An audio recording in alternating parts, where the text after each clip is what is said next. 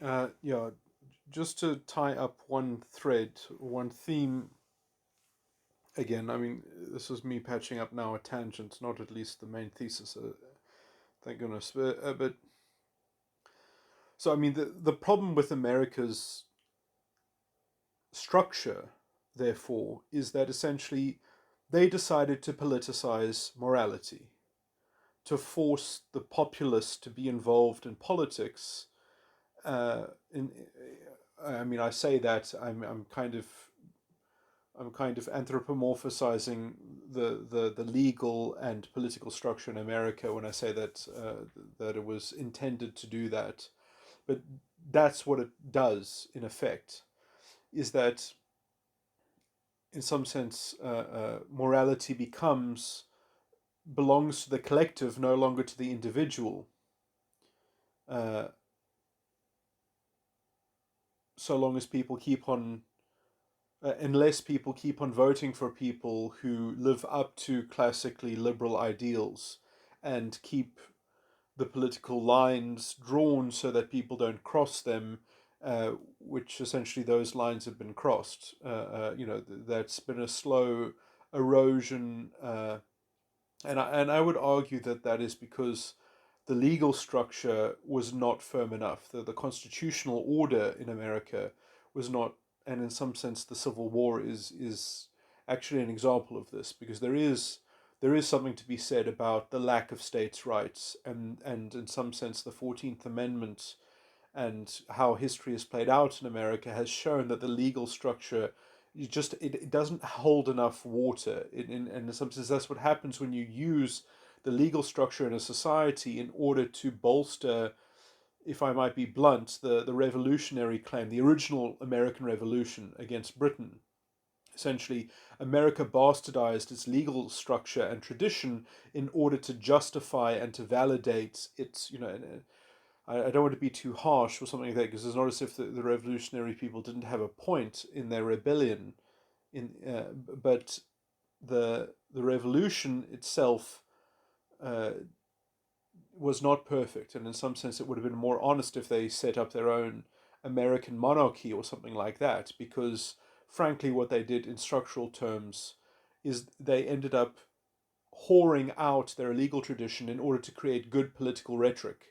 You know, the the Bill of Rights in the American federal constitution is wonderful political rhetoric, but it holds no real institutional structure. It's a good sentiment. It's a wonderful sentiment, and you're stuck with this kind of compromise, something like that. But it's a compromise that takes up room because it takes up the room of actually refining the legal structure, which has created, you know, things like the American Civil War. I will say that at least.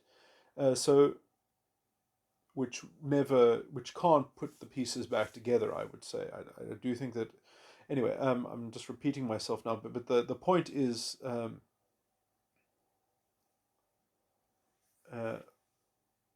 that this is what happens when you politicize morality. America, the legal governmental structure in America has politicized morality, and the problem with that is that morality should not be a vote, should not be a plebiscite. A plebiscite. It should be a it needs to be more refined than that. It needs to be more principled than that. It needs to be more precise than that. And as morality has, in some sense, belonged to the state, uh, that has infantilized the citizen in the republic, and so now you are just you are a kind of democratic chattel instead. That you must board yourself in some party political partisan claim in order to have a moral sphere, in order to have a demarcated moral that makes sense within the American system.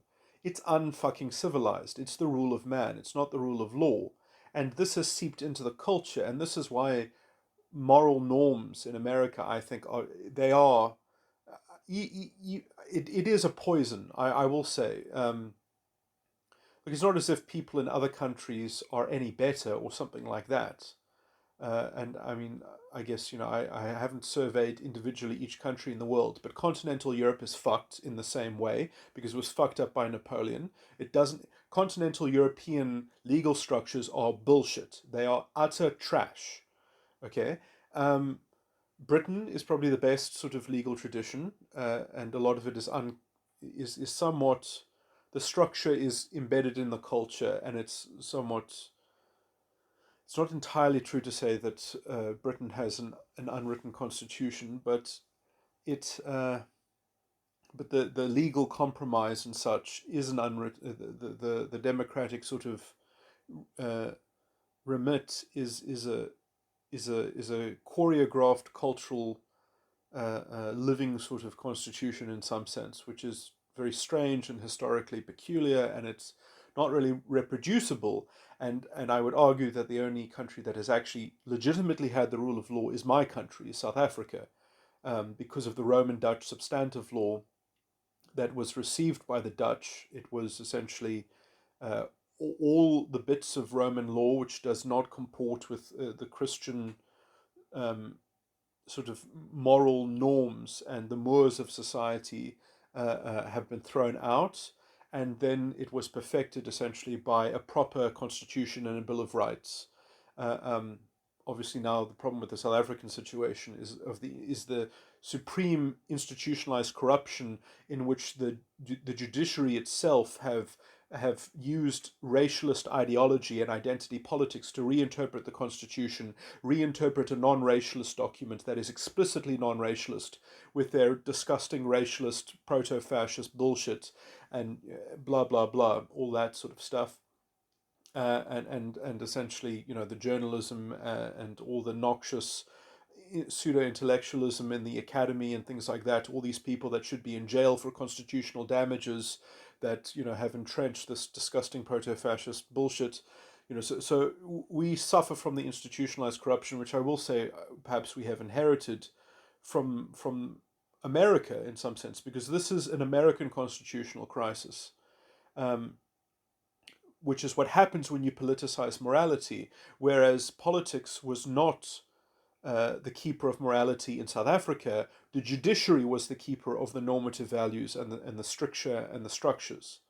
And the citizen could stand up against the state until we actually, American legal scholars came over here and designed and concocted a legal interpretation which was essentially followed now by this institutionalized corruption uh, uh, to talk about legitimate government purposes and rational policy. That is the justification, the governmental prerogative. That's the justification for basically infringing or for, in inverted commas, not infringing on someone's rights. It's utterly disgusting. They have read the governmental prerogative which is an American bullshit, you know, judicial concept. They have superimposed that into a legal structure that had no space for it. I mean, there is something like a governmental prerogative, and it's probably has to do in the South African system. It has to do with when we are dealing with foreign entities, when how we are dealing with um, treaties and other kinds of transnational commitments and things like that. Um, anyway, but my point is that I mean, in South Africa, the government loses in court all the time, or at least, and they used to lose on broader grounds, but now essentially, as long as the government can say, well, we are trying to do something in the name of the Constitution, and this is how we choose to do it with our governmental prerogative. It doesn't matter if it doesn't actually succeed. It just matters that it's a legitimate government purpose and that there's some kind of hypothetical rationality about their plan. It doesn't have to be, in some sense, measured pragmatically according to the infringements that it does in the name of that so-called the ends justify the means, essentially. And the government and the judiciary closes its eyes and gives a blind eye to the corruption, essentially. Um, and anyway, that is. I mean, looking how I would really argue that the American style of the judiciary has been imported into South Africa, and how that has allowed for the corruption in South Africa is a perfect model as to show essentially the original brilliance of the South African system and legal structure and legal tradition, and how much corruption is laden and implicit within the American compromise of allowing politics to dictate morality, um, or allowing politics to collectively, uh, uh, democratically define what morality is. It's utterly contemptible. Uh, um, I mean, that is basically how you. That is the formula for a runaway proto-fascist culture and politics and a political arena which essentially can positive with its legal positivism can justify anything with just a 50% plus one vote above 50%, and it becomes morality, and you can legislate it as if it were morality. And once you're in that sort of paradigm, you're screwed. And America has only had that kind of paradigm, quite frankly, other than just the vague sentimentality of the spirit of the Constitution, which is a fangless document, which is a document without teeth, without teeth to defend.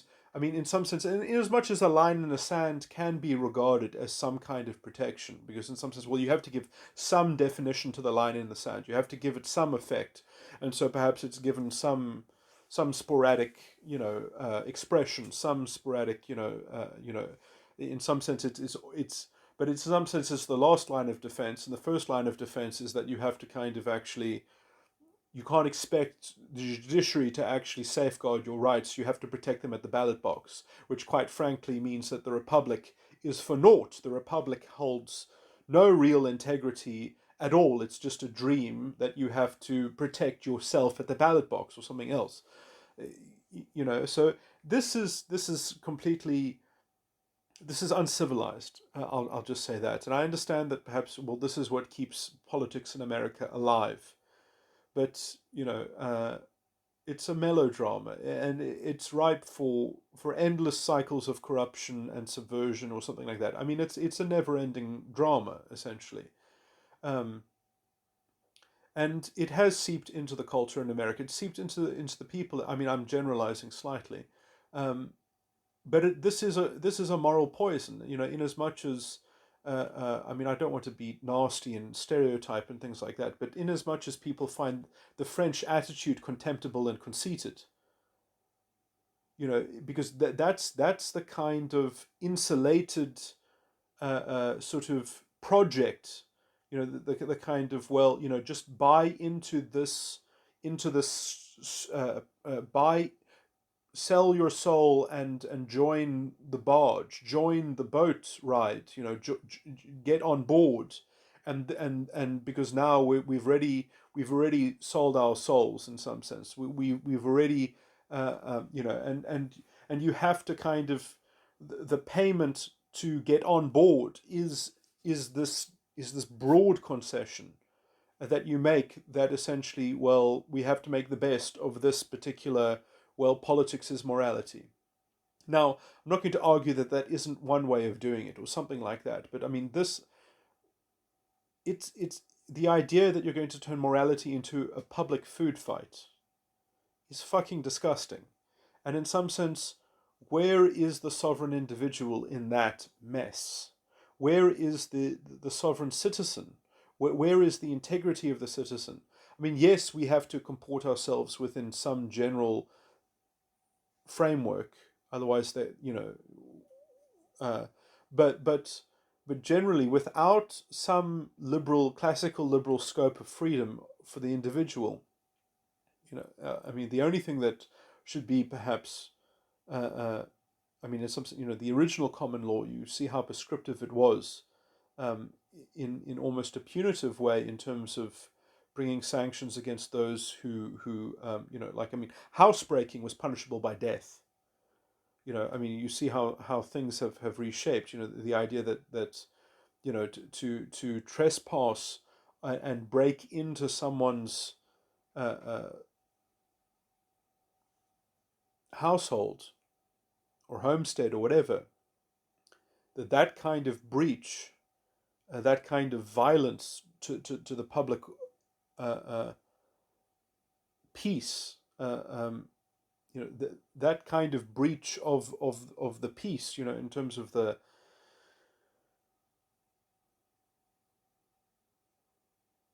And it's interesting how the goalposts in culture and the mores in society, sort of shuffle around and such and such. And it's interesting that there used to be a huge consensus on things like that. I mean, that used to be a no-brainer. That used to be inverted commas common sense, and now how common sense has transformed into such uh, um, you know I mean, you can see it especially in identity politics, how they pretend that they can essentially read your mind.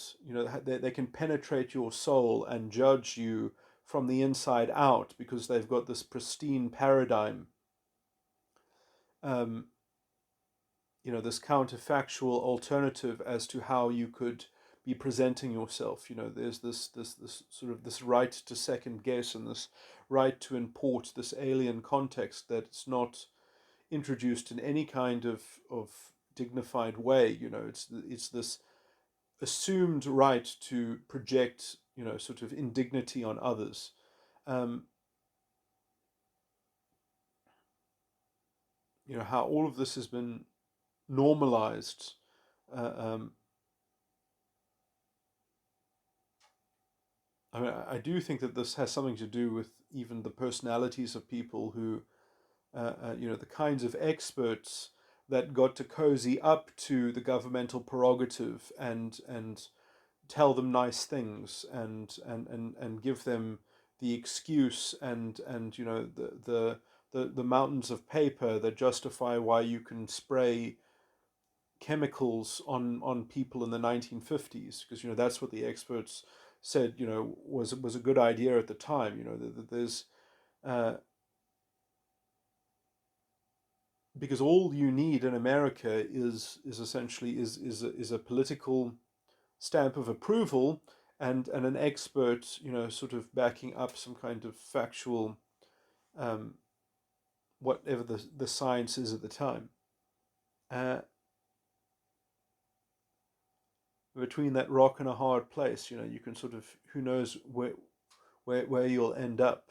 Uh, and I know perhaps it's too abstract to illustrate it in that way, but essentially that is the metaphor of what the substantive law in America is like. It's trial by error. It's experimentation. It's completely fragmented and there's no coherent structure. Essentially, it's all hodgepodge. It's all fudged, um, and it's patchwork, added to and retracted, and then more is added, and then more is retracted. I mean, it's a no wonder lawyers in America are the kind of vile and vicious and fragmented intellects that they are, because the state of the law itself, the structure of the law itself, is fucking schizophrenic. Um, it's a particular, the kind of, the thread of the precedent in America, of the line of judgments. I mean, first of all, they're not rooted in any robust sense. They're all nested around the particular grammatical interpretation of some legislation at some point. It's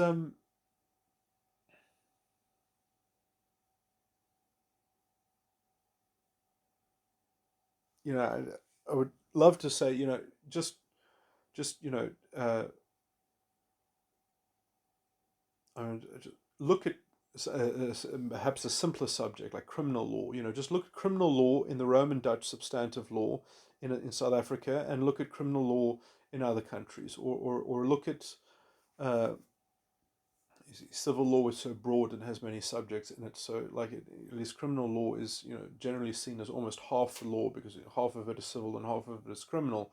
And then you can see the difference between a completely cohesive system and one which is essentially uh, um, or look at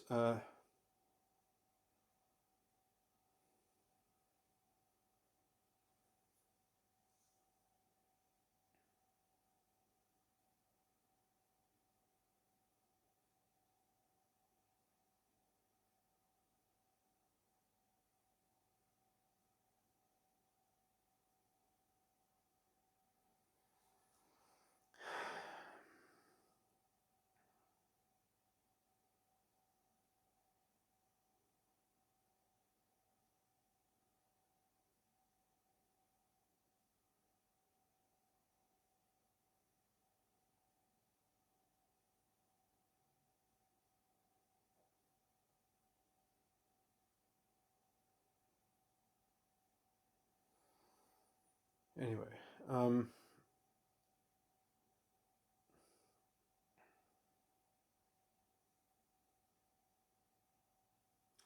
I mean, this might seem like a weird sort of thing. I mean, I certainly feel like I live in a different country now, because it used to be that the citizen was empowered by the constitution in South Africa. And the culture has been changing. It has been become, it's sort of becoming more Chinese in a lot of respects. Through identity politics, everyone's polity has essentially becoming more Chinese or Russian or something like that. Um, in terms of these vast narratives. Well, I mean, I guess you could say China and Russia is more orderly because that narrative at least is promulgated by the state, whereas in the West it's promulgated only by essentially leftist, um, or whatever is labeled leftist or something like that. I would just call them proto-fascists, but anyway. And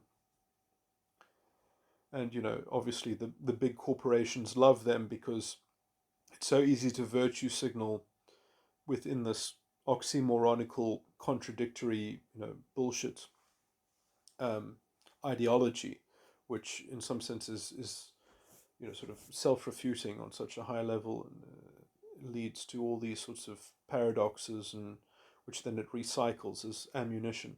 But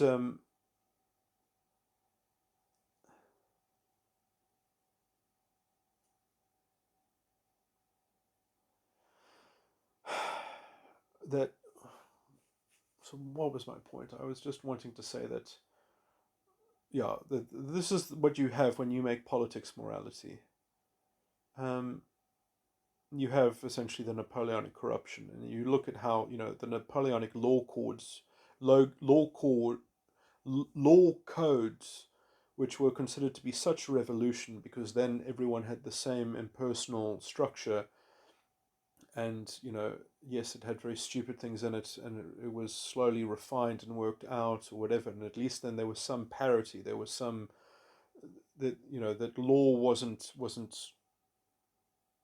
everyone had the same law imposed on them, so at least there was some kind of indirect kind of common moral ethos, but in a very indignant way, in some sense, because in some sense, well, then you're all in the same caste, you're all put in the same class, and I mean, I'll just point out how much corruption there is in French politics, by the way. um, uh, and I do think that it comes from having this idea that you can have morality as a political facility, but and let me just say as well that just to tie it back into the bashful and anxious emotional tones, that I mean, I do think that there are cultural things around, because I do think that that is how the bashful and anxious bullshit gets into politics, because of this kind of moral language and this moral propositioning within the political arena. Um, is that everything becomes incredibly superficial and relativistic, because the bashful and anxious sort of thing is either all or nothing. It doesn't, it creates schisms. It is the hotbed of even proto-fascist, I would even argue, or crypto-fascist manifestation. Um, because in some sense it doesn't.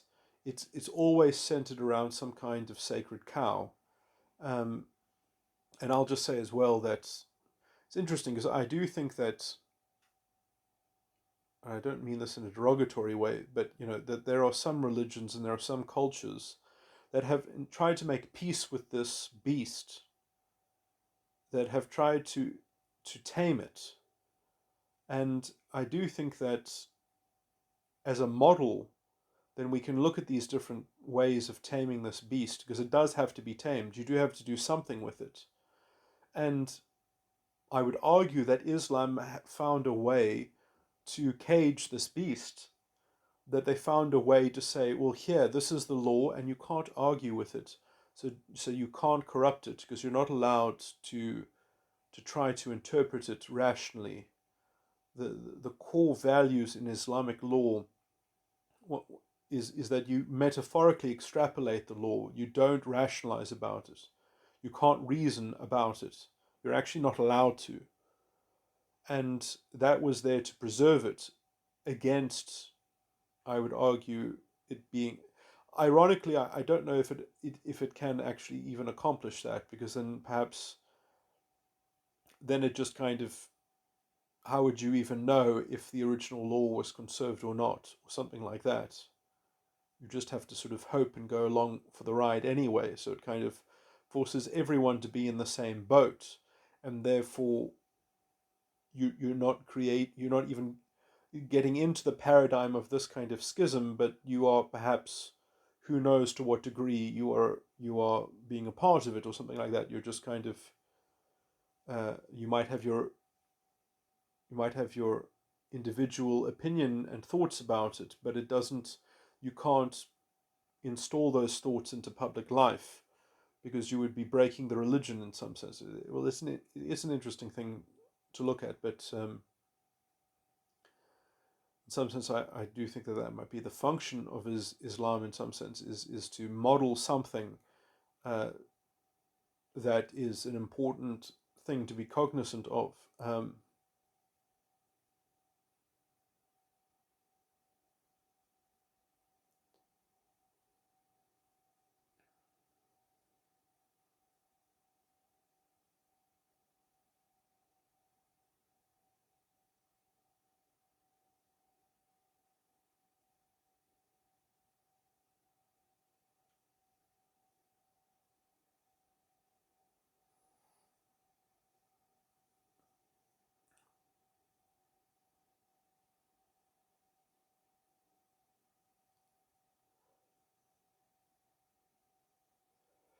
But it is. And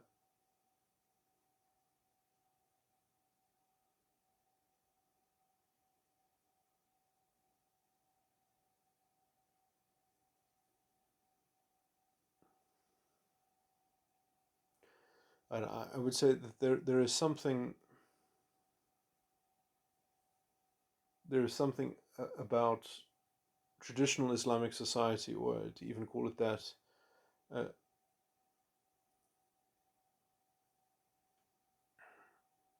that it does seem to me incompatible with the Injil. Uh,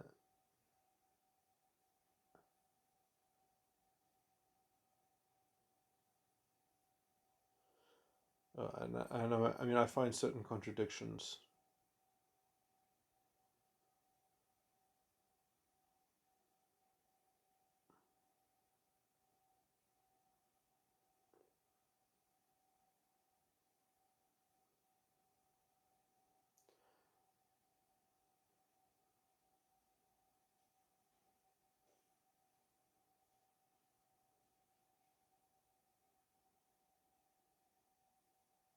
but as a model of culture, and in some sense that is how even Islam is proselytized as a sociological construct.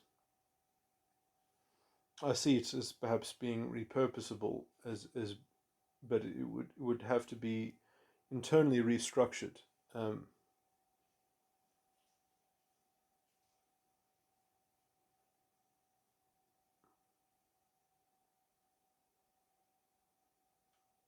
I mean, the conservation of the law itself cannot even be. I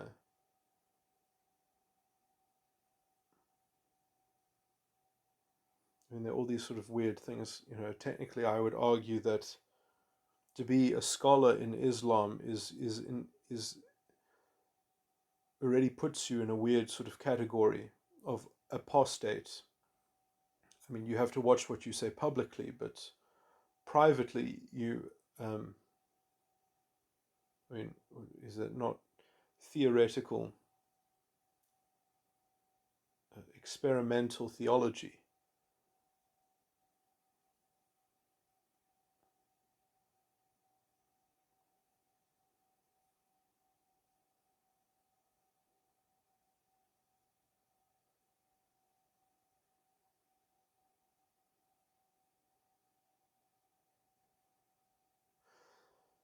Anyway, let me not get too sidetracked.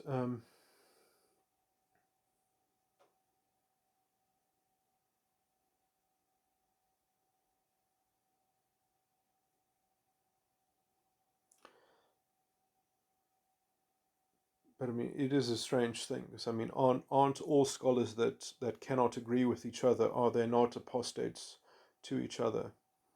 Or except if I mean, at least in the Christian world, people are honest and they say, well, no, we believe that we are the true Christians and that the other Christian sects are not true Christians, or if they are to be considered true Christians, then we agree that we should not be included in their.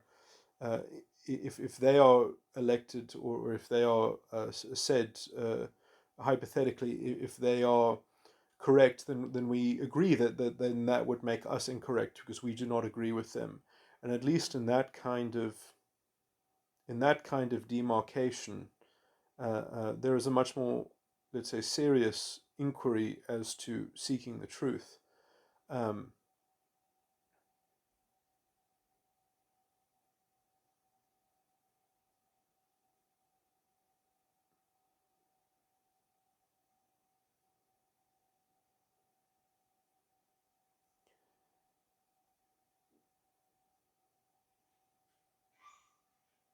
and to the degree within distinctions just get completely fudged because you can just find some kind of totem of identity that you can sort of huddle together and shelter in the shadow thereof, or something like that you can just kind of.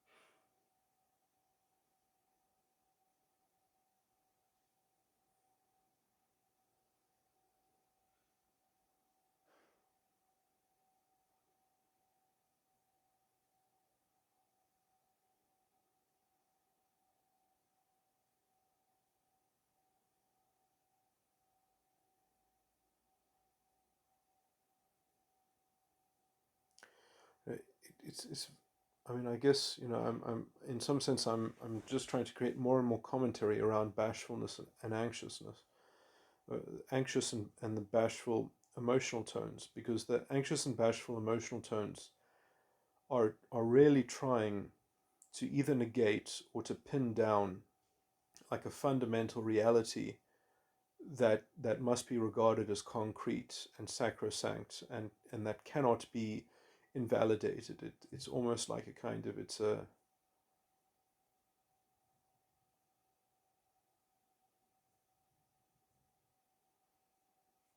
And there is something.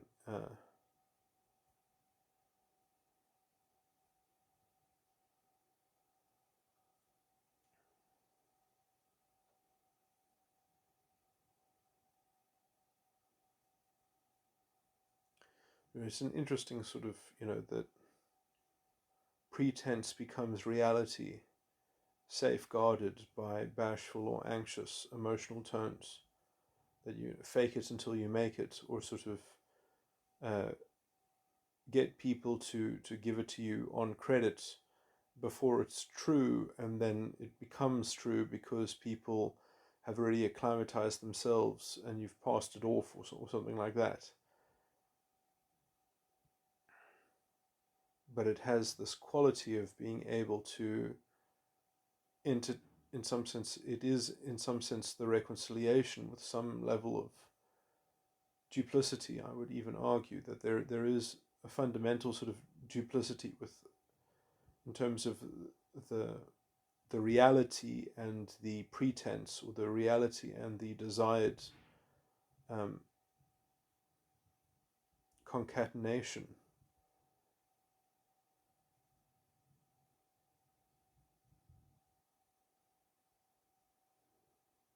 Yeah, I do think that perhaps it is linked to concatenation.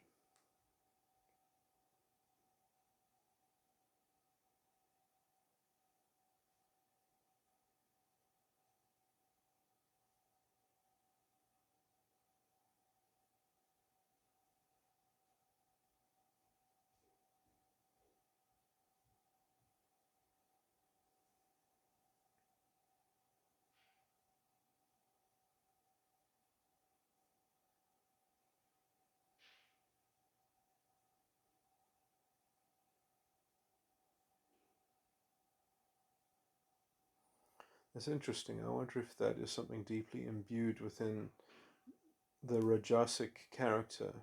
I'll have to see if that's a thread that isn't any other of the things, but that's anyway. I'm changing the subject now.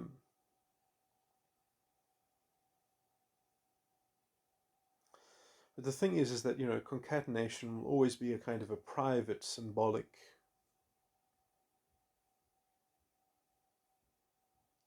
connotation in some sense. It will be uh,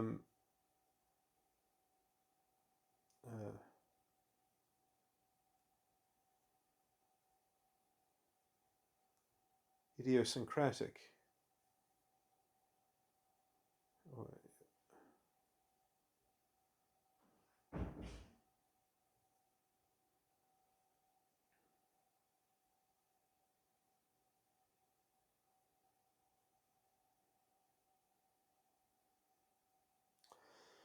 And the problem is that when people try to inject that kind of idiosyncratic uh,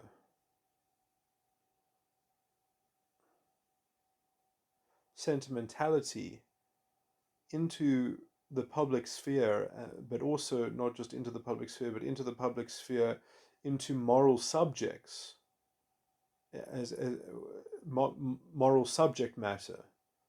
They try to weave it into normative morality or something like that.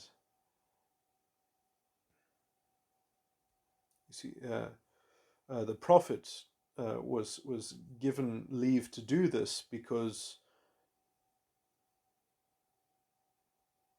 uh, uh, in some sense it only works in the context in which the prophet puts a seal on the gift of the prophet, and no one else is allowed uh, to use the gift of the prophet, and the gift of the prophet is sealed, so that uh, that particular concatenation is becomes the leading, the only way in which others can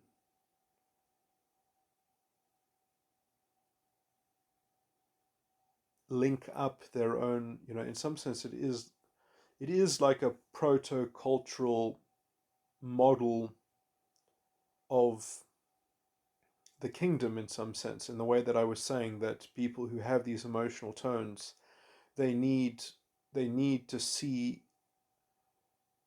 an image, they need to see a narrative they need to comport themselves according to some kind of illustration that they can slot themselves within, or see a model of what it is that they are dealing with on a micro scale.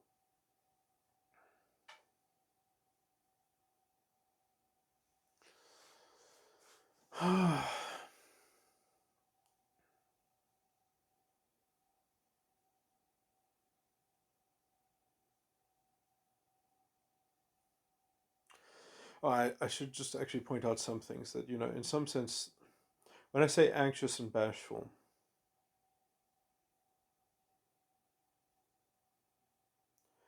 I'm not actually sure if each emotional tone that has one element in a, I mean, that's actually a question I could probably answer. Like, does a personality style that has anxious in it, will it always also have bashful in it, or and vice versa? I'm not entirely sure. Wait.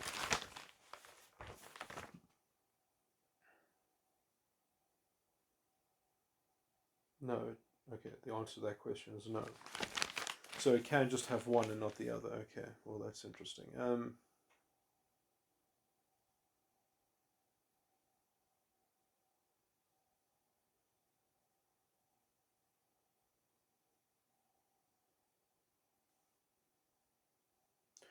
Oh, I think I lied earlier when I said that I had a presence. My emotional circuitry existed on all field circuits. Do I have elated or scared in my circuitry? I don't think I do.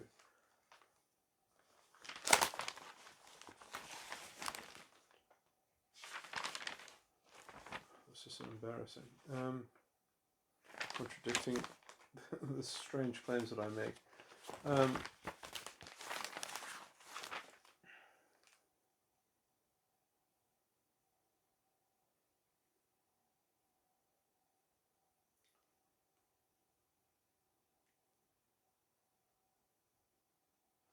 Worried, cautious, annoyed, confused, angry,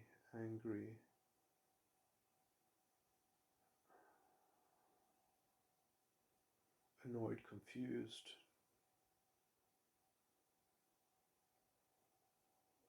worried, cautious. Yeah, I don't have any presence on the second field. Anyway, so I'm only represented in 3 of the 4 fields. Anyway,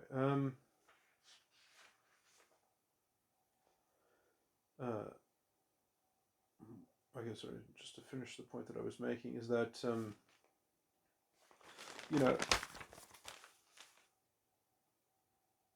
I mean, I guess, it all sort of depends, but where the emotional tone is it in the parent function? Is it in the dominant function? Is it in the child function? As well is quite important. But in some sense, the anxious emotional tone, ironically, could actually, depending on where it is and how it's used, or how that individual uses it and leverages it, and uses it to impinge on others, perhaps, or influence others, that they could essentially try to I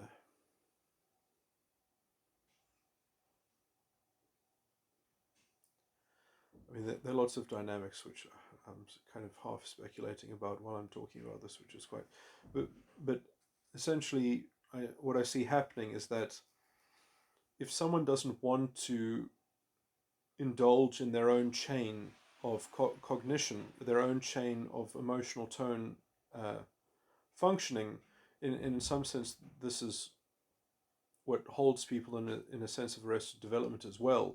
So that instead of going deeper into their own psyche and their own psychological structure, they will essentially get up to the level at which they're comfortable to, and then they will project the rest of their circuitry on their environment so that they can continue to be an agent on that level of the on that last link of the emotional tone becomes like their becomes the active role that they are embodying in some sense. And so if that be anxious rather than bashful or something like that, depending on the next chain in the emotional tone which they will have to react to in order not to internalize and embody and actualize themselves, uh, they have to be stuck in a melodrama against that. So they will have to give up that power from their emotional tone in relation to that other emotional tone in some sense. Like, so there are ways in which I see what happens in development and also within play, perhaps when people are developing, is that they are naively engaging in their next stage of development already. They are projecting it onto their environment in some sense. And I would argue that, I mean, people that claim to be awakened and things like that, I don't exactly know what it means. Perhaps it means that they have an idea that, oh, they've come to the realization that there is such a thing as unconscious emotional tone circuitry, and everyone is engaged in this unconscious emotional tone circuitry, and they can kind of, and they appreciate that they are aware of those dynamics to some smaller or larger degree, and so that they, they're like, oh yes, I can see the matrix, I can see the source code of the matrix, that it's all related to something that's behind it or something like that. And with that little insight, you know they don't realize that they're still, not only are they still in the matrix, and in some sense you never, I don't think you ever fully pack up the Tin Man, but you can radically repurpose the space or something like that, or you can re-engineer just and turn it into a different functioning sort of mechanism or something like that. You can reprogram it, and that's what it's there to do. But the thing that does the reprogramming still also needs to not be awakened. It needs to be actively pursued and worked at in the work of the crucifixion and the integration into the superego, which is still not done. So I think that you can probably be awakened. I mean, I don't know what they're referring to when they talk about being awakened, but you can probably be awakened and be utterly nowhere anyway. Uh, you're just sort of, you're in a dis, and but because you think that everything is a lie, because we're in Maya, we're in delusion, we're in karma or something like that, then you just become basically sociopathic. Um, and in some sense, you've just given yourself permission to go floating off into the clouds, like any other kind of Eastern self-enlightened, sort of, just waiting for death, waiting to be one with the universe or something like that. You don't really believe in Satori. You want, uh, you're like, oh, I'm now, I'm self-identifying with whatever I end up doing will be my dharma, and because I can just essentially operate under that notion, then I can always be right and validated, and therefore I'm awoken or something like that. And you can define yourself to be that way in that sort of unplugged thing. And in some sense, I would argue that you are just essentially being possessed by your parent function and your ego, which is now, maybe you've reached that level, but you are still incredibly terrified, to put a metaphor on it, of your fucking inferior function. You can't deal with your ego inferior function, and this is what you are doing instead. Is you're not interested in looking at the buried bodies, because in some sense you're beyond integrity in your so-called parent function. You're not willing to, I mean, you're probably dislocated from your own memory bank. You know these, I wonder if these awakened people have very clear, vivid memories of their thinking consciousness, of their line of development, of their decision-making characterological tree? Do they remember how they were constructing their schemas at 1 year old, at 6 months, at 2 years old? I mean, do they? A lot of these people, I would probably have completely occluded early life memories. They probably don't even remember anything before the age of 3 or something like that. Uh, uh, so somehow they've inherited their dharma from the world because they can see the code in the matrix, and that gives them essentially the ability to feel autistically superior, um, in some kind of insulated way, and then they just want to arm themselves until waiting for some kind of material reflection of their internal grandiosity or something like that. Um,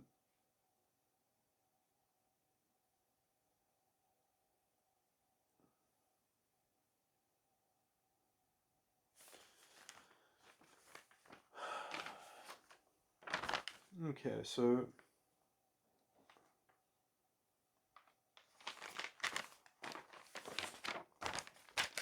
anyway, so yeah, what I was just trying to say is that some people, perhaps only with just anxious emotional tones, might cultivate in other people a kind of grandiosity, or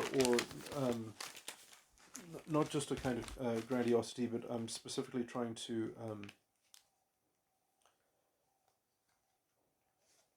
say that the kind of regal conceit, they're charging it into other people,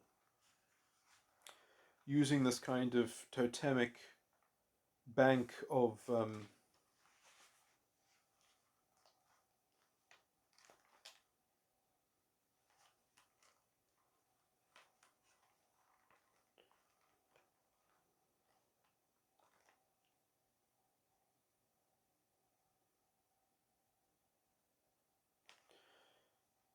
they are using their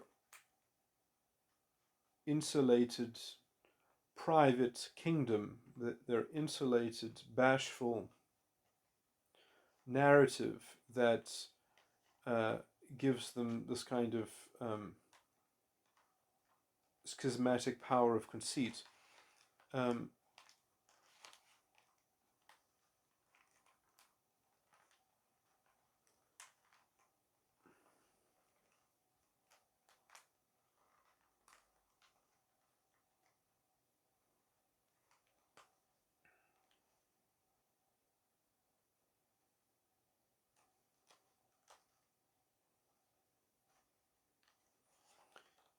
and at some point, it's I do find it, well, it comes at the cost of sort of, you have to get on board. You have to get into compliance.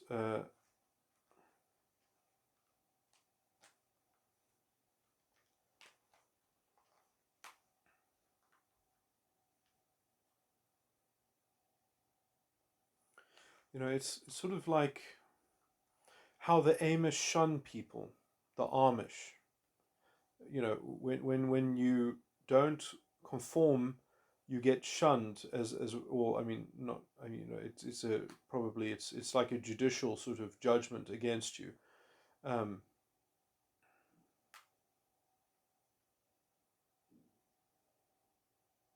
because there is no process or procedure or style of protocol as to how things are hashed out, and how reconciliation can be made. There is no model for that. Um,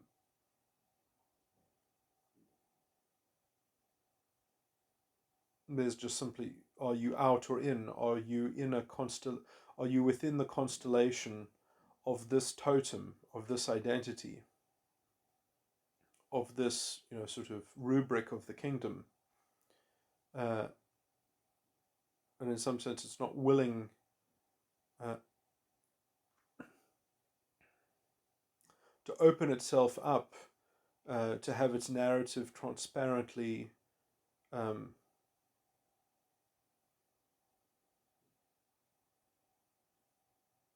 reproved or potentially refined or quickened or something like that. It's sort of uh, it's already finished or something like that. So they have gotten there first before you. And that isn't a form of judgment. That's a form of essentially narrative spellbinding. It's a kind of um,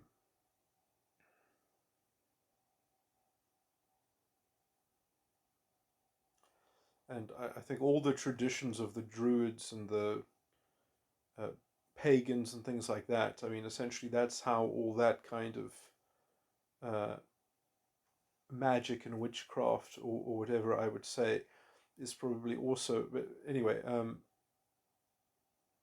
but there is a kind of the inverse of that, which is where I think the anxiousness is trying to induce other people to provide that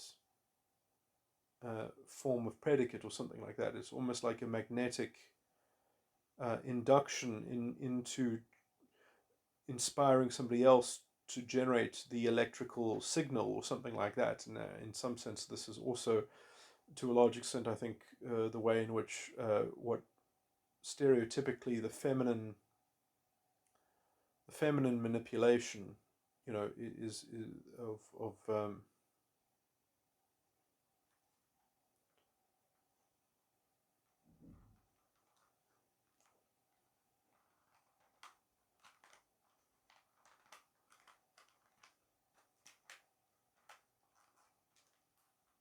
it's interesting how I do see that these emotional tones have taken on, at least culturally, um,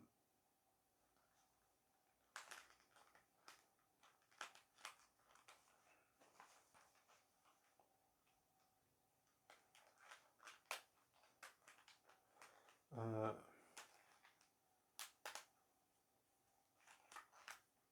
it's interesting because I would say that it's also not consistent between all cultures.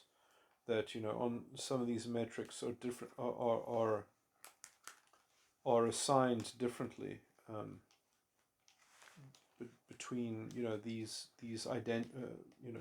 between the common conventional identities.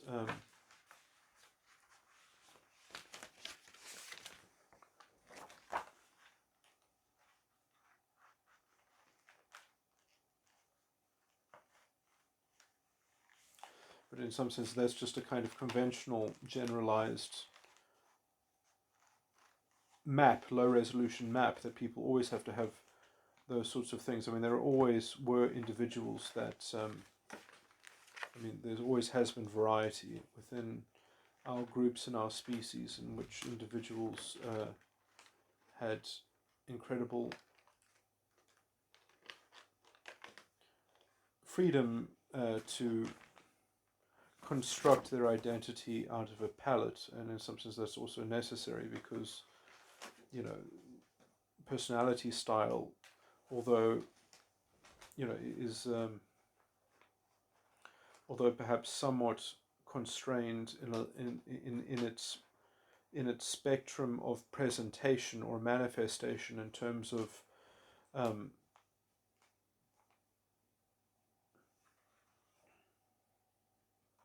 I mean there are just basic biological reasons why there are distinct versions of the same personality between the sexes.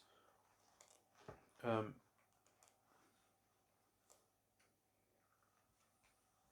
which is in some sense conserving the truth of the personality, not so much conserving the truth in the material effigy.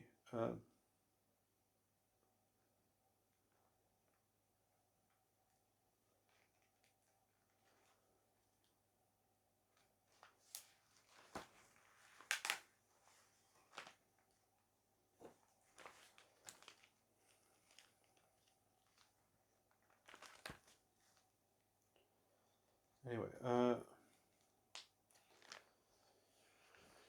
I was just trying to get into describing how essentially there might be some presentations that use the emotional tones of anxious or bashful, which in some sense don't seem to in don't seem to embody themselves the kind of toxicity that I keep on ascribing to bashful and anxious tones, but might essentially induce other people to engage in that kind of toxicity, sort of set them up or prop them up.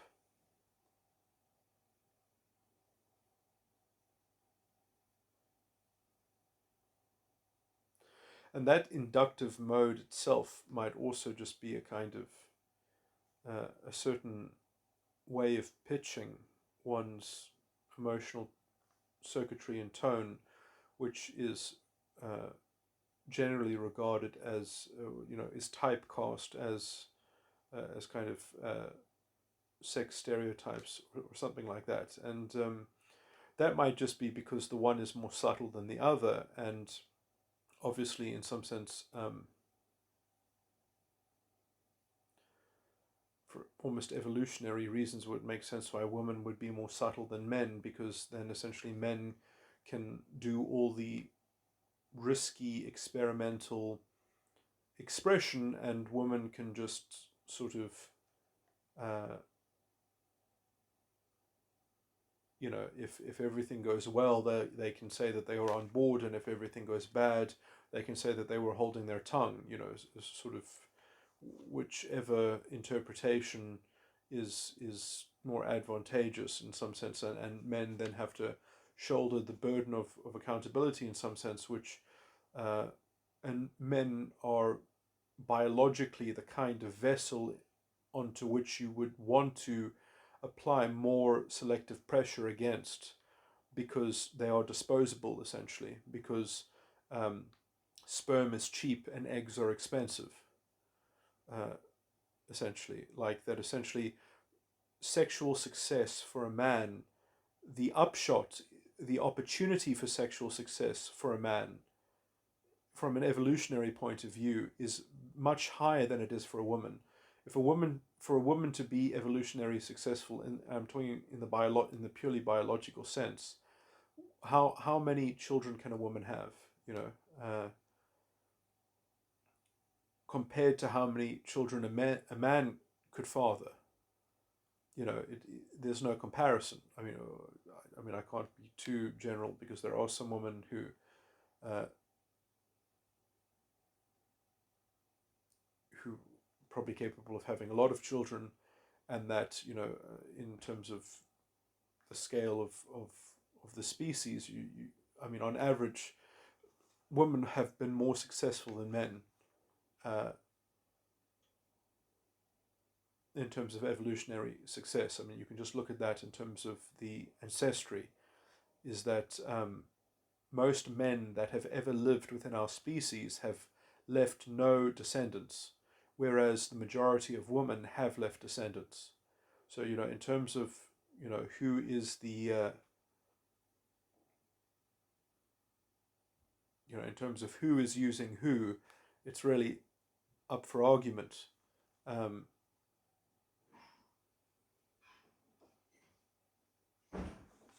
so there are all these sorts of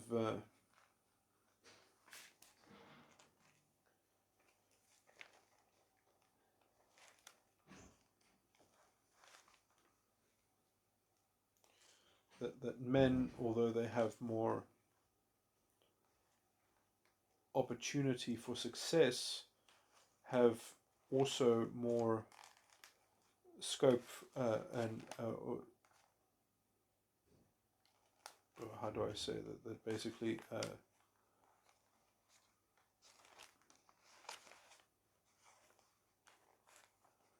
they are more prone to failing.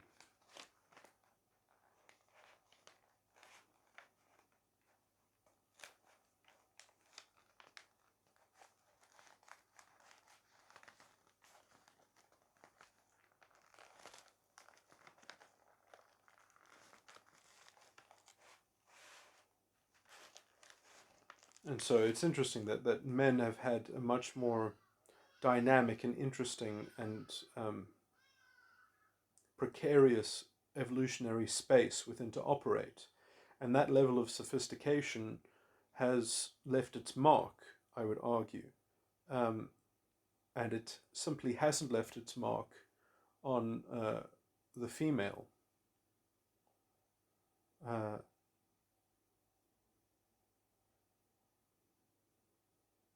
and in some sense, it could leave its mark on the female if the female would enter, would expose themselves to that level of both opportunity but also risk. And it seems that they only have the stomach for the opportunity and not for the risk.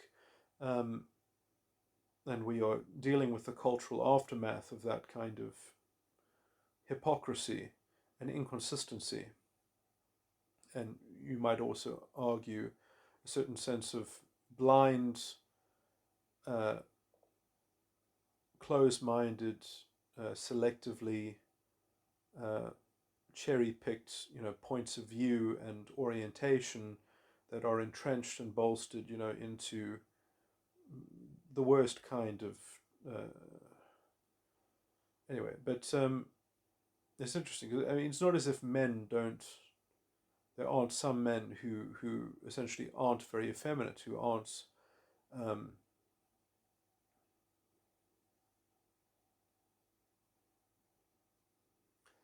have robust and varied spectrums of presentation and things like that.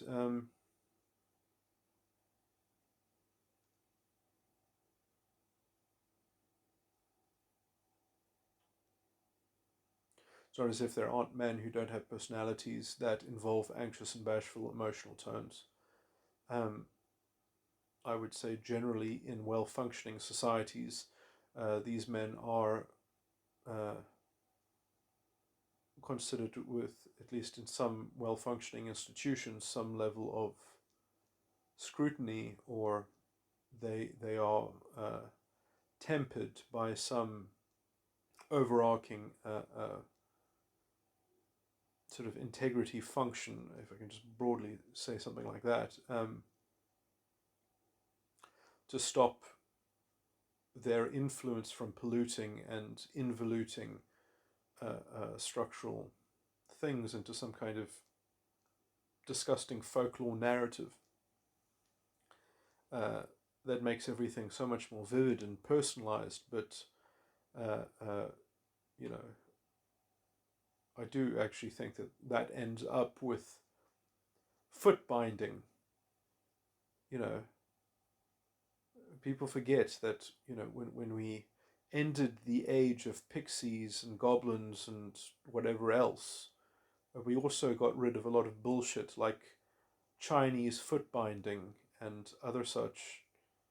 I mean, I guess perhaps I should try to give a Western equivalent to that. Um,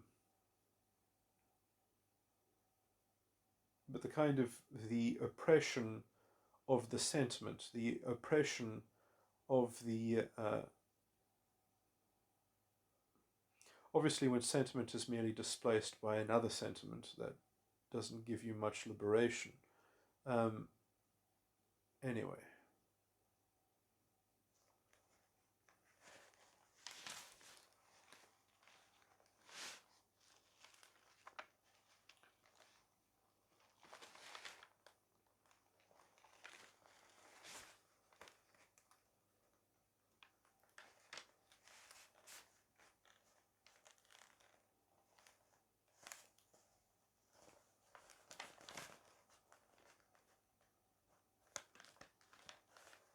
I should really stop this horrible recording, but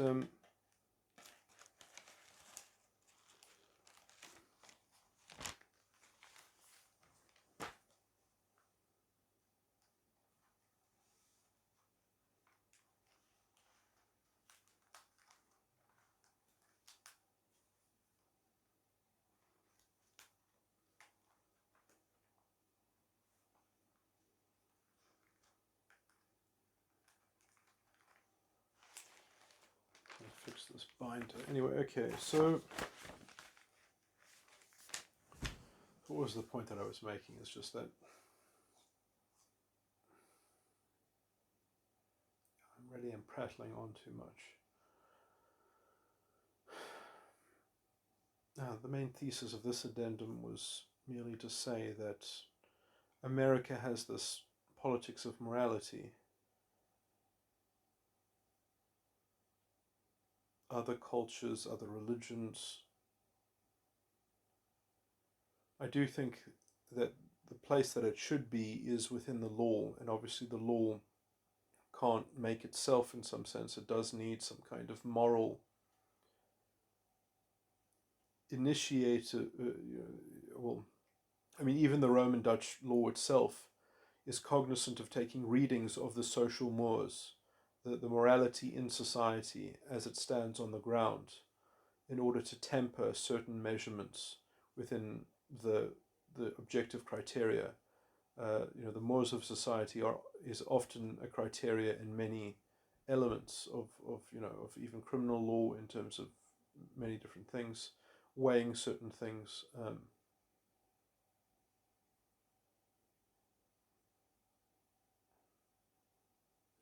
In terms of people's state of intentionality, in terms of the wrongfulness of their actions or something like that.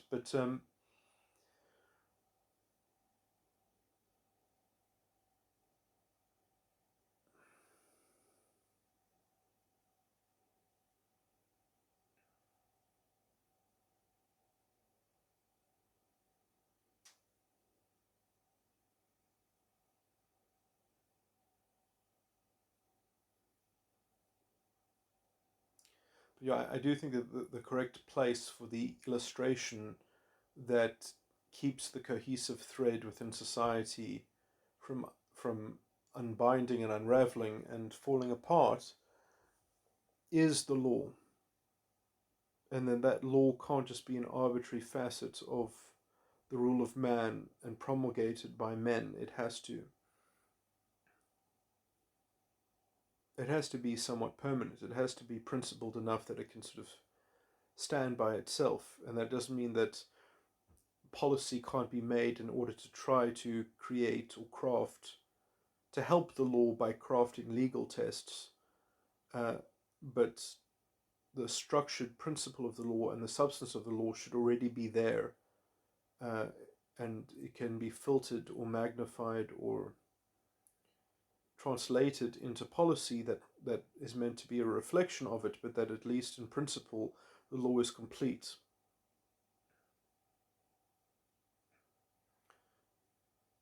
That all the tools are there for it to revise itself, that it could function completely independently from politics, so that the individual can know that there is a moral dimension which is independent of some kind of partisan political bullshit, that is equally the government as much as it is the citizen and the individual citizen, that can then have a way to stand up to the leviathan of the state and such and such. But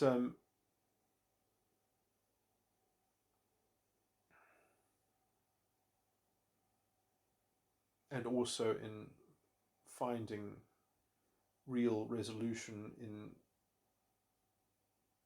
the actions that one might take up against one's fellow citizens as well, and against corporations and such. Uh, we didn't have to develop legislation against pollution. We could have had people suing polluters. There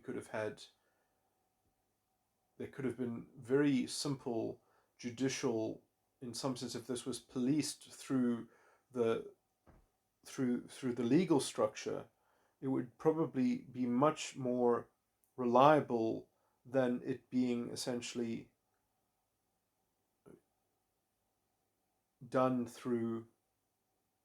You need to have morality in a secular space that isn't dirtied by partisan politics, but also in a secular space that is um, structured enough that it can't be lambasted as a kind of partisan hack job, or that it can't just sort of be thrown under the bus, or sort of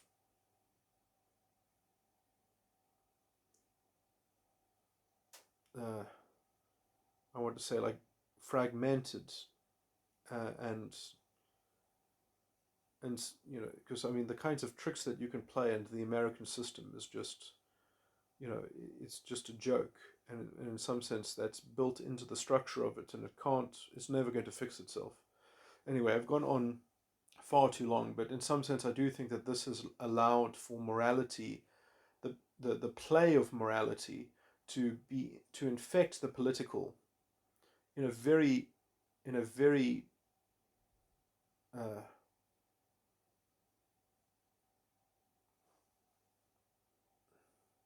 fractious way, in a very, you know, sort of,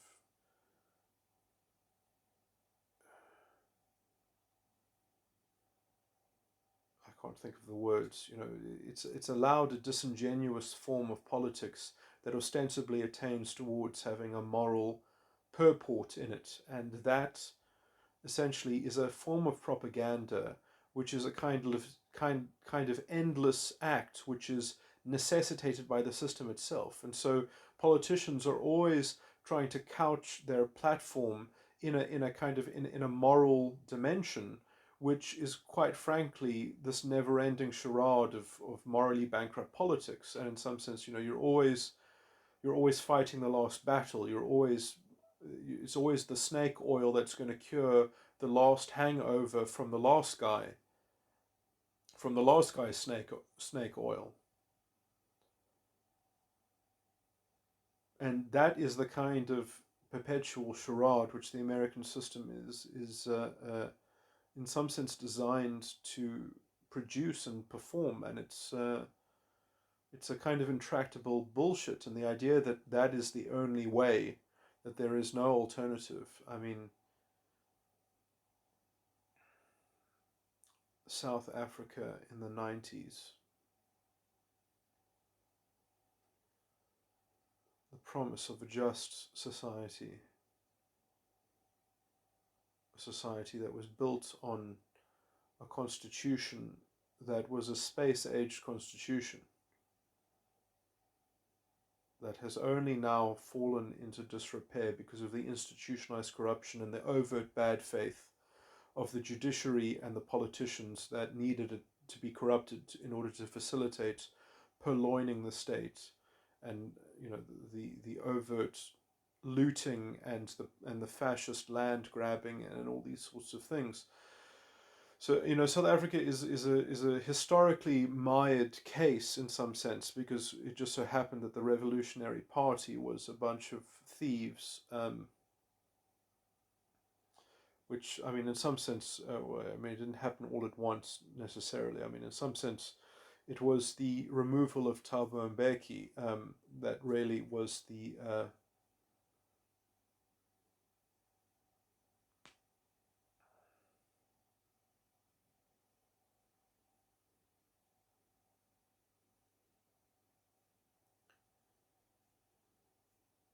catalyst for essentially the total collapse of integrity in the ANC. I mean, there was already corruption, but you could say that there was always corruption in every government on some levels. But after Thabo Mbeki was taken out,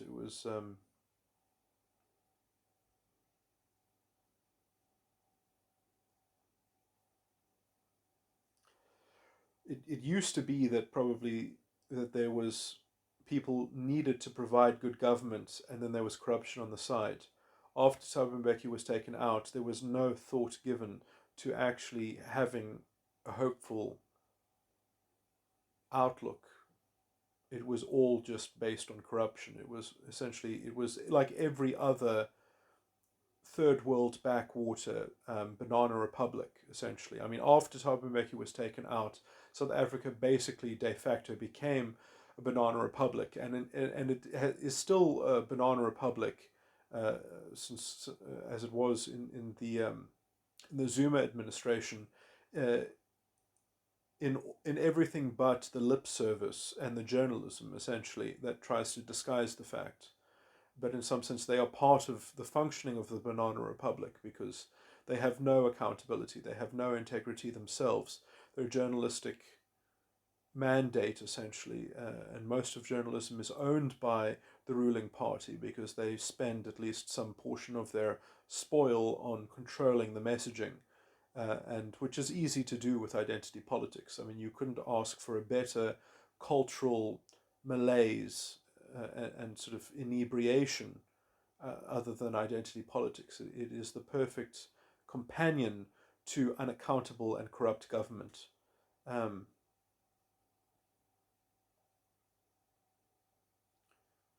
uh,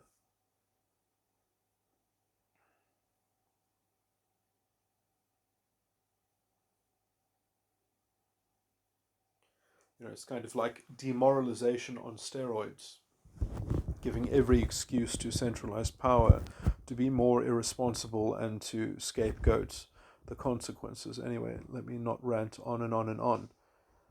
But essentially, it's interesting because I would also link this again to the anxious and bashful sort of functioning, creating sort of ivory towers of false authority, and then doubling down and passing the buck if needs be in order to attach it to a new identity. Uh,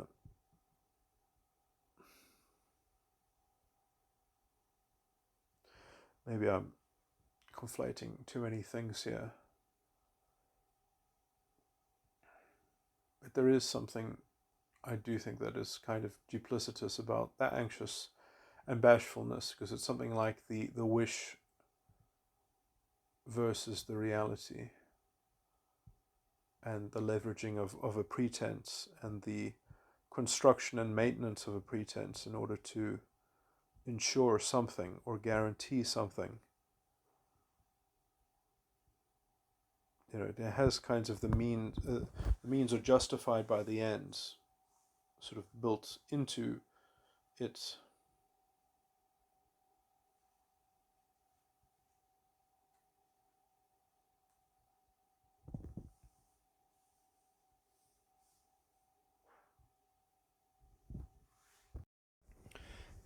I realize that at this point I'm somewhat sort of beating a dead horse and returning to the subject, but I think I do have something novel to say about it, and perhaps to clean up some of these sorts of things. I mean, I'm still slightly speculating about how to interpret these emotional tones and such, but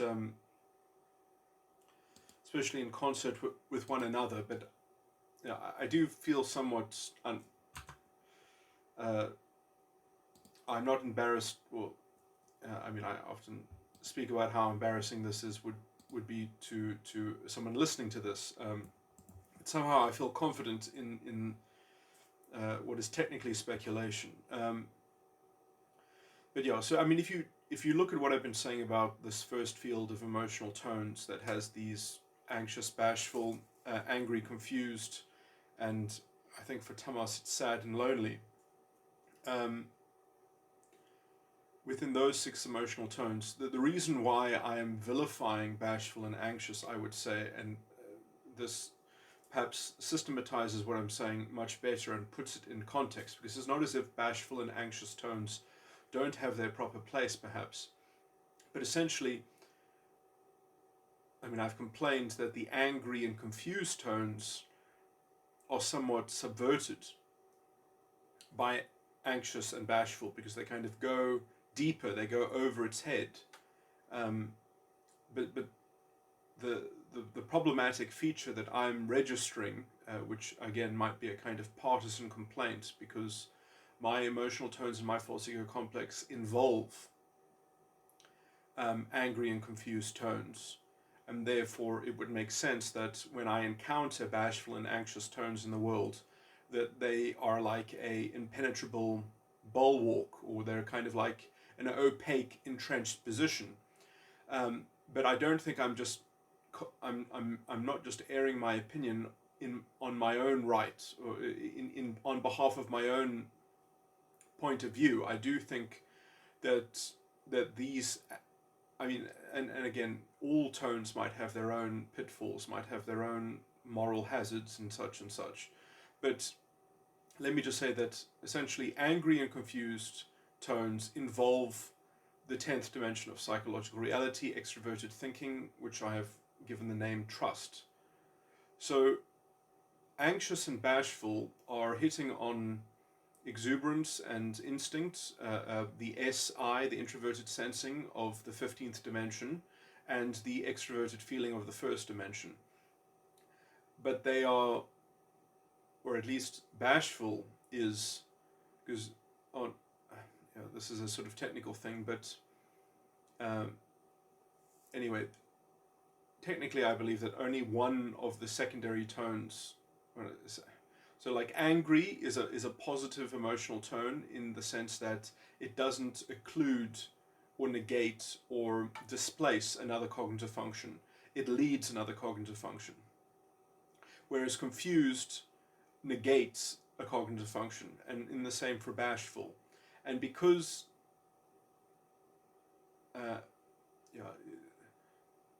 anyway, so at least indirectly, if you use any of the tones that occlude another tone, they will indirectly kind of rule. This is not entirely true, but essentially, if you use one of those emotional tones that negate another one, they will directly negate one of the other emotional tones from the other gunas, and they will therefore indirectly, if it can kind of find a way to say something about that emotional tone that it directly negates, it will be able to almost steal the power of that emotional tone to negate the third, which it doesn't directly intermingle with. But yeah, and usually the balance of power is that things. Sorry, I shouldn't talk about this abstractly when I could just give the. Sorry, this is distracting to get into the technical thing when I could just be talking about. So, bashful directly contradicts the tamasic tone terrified, and I said sad and lonely. It's lonely and terrified, and terrified would directly negate.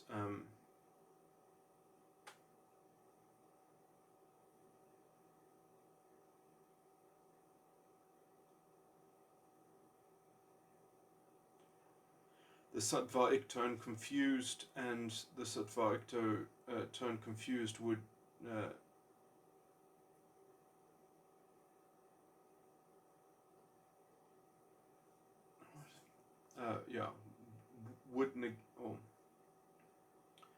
sorry, it's actually the other way around. I've just stated it completely incorrectly. So it's actually the rajasic tone bashful directly negates the sattvaic tone confused, and the sattvaic tone confused directly negates the tamasic tone terrified, and the tamasic tone terrified directly negates the bashful, the rajasic tone bashful. Anyway, so that's the kind of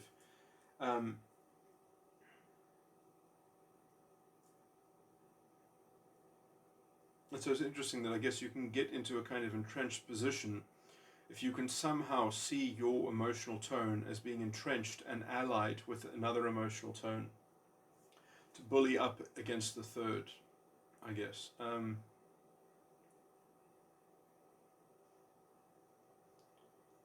Anyway, that's not what I really wanted to get into. What I wanted to say is that essentially, if you take each of the individual emotional tones into account,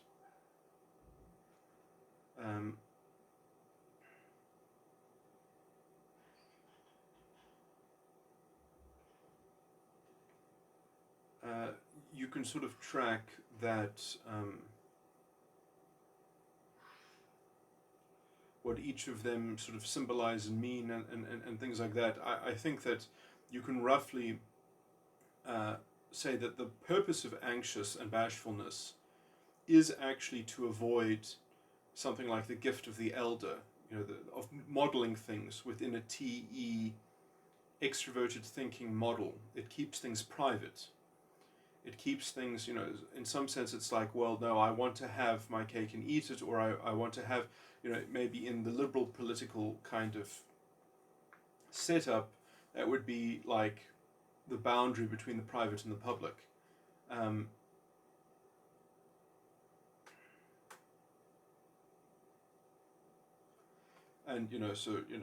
words like precocious come to mind and things like that, where people can have room to prioritize what they are growing and developing in, and they can be bashful about other things so as not to kind of put everything on the table, because then the table of common communication would just be overpopulated with just everything at once. That you need layers of envelopes and sort of private maneuvering just in order to preserve a maintenance of context that keeps things orderly to some degree, but also under the personal purview. Anyway, so in some sense you could say that the value of anxious and bashful tones is for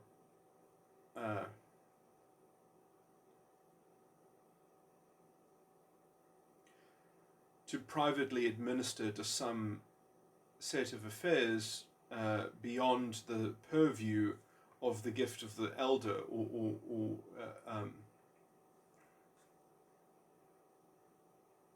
and everyone, I think, as I've tried to say, that there is a kind of political manifestation of that in the liberal, classical liberal setup, which is that people should have a personal, private sphere of their life, or something like that.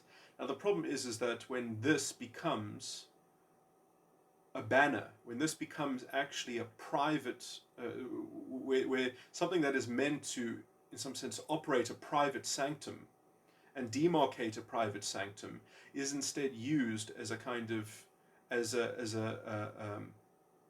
flag, as a totem, as a calling card that represents a conglomeration of people that somehow, as a collective, then get to operate beyond the reach of the elder, to use a kind of archetype, so that we can engage in our own private emotional, and it's interesting because again, I keep on bringing up, this is how I think the French culture itself is fundamentally corrupt, and why they are so obsessed with the concept of assimilation. Not obviously, within some parameters. Obviously, you need to be consonant with people that you are relating to, and such, but and that you have to hope for some semblance of shared values, that you can have orderly relations with someone, and it should be hopeful that people have shared values. But the kind of procedural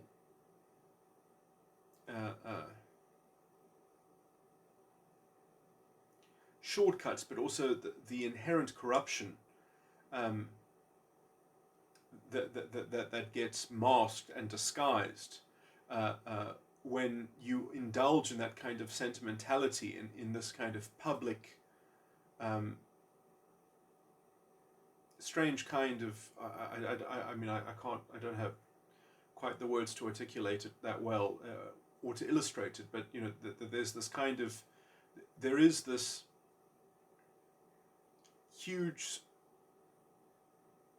opportunity for duplicity,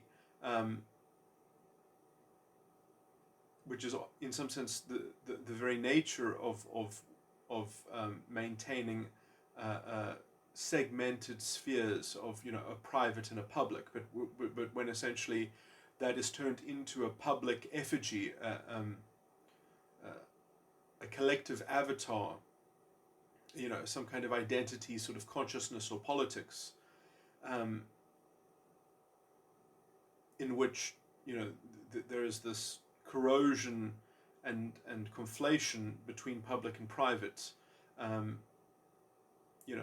for example, in the French legal system, you have to prove your innocence, because if the state has decided to essentially put you through an inquisition, if then already you've got your back against the wall, because the collective is sort of has the mainstay of integrity, has the main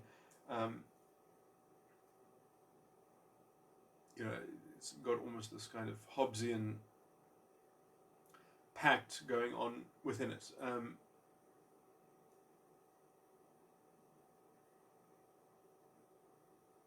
That the state becomes your moral authority, or morality is not even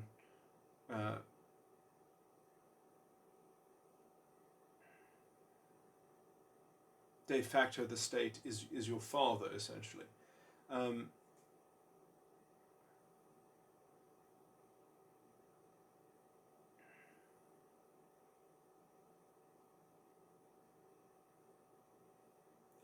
Anyway,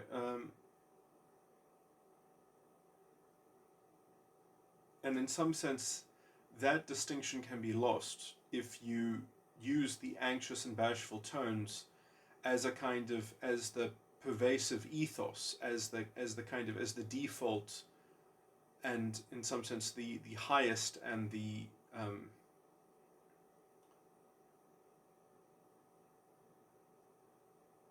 as the central tenets, rather than that.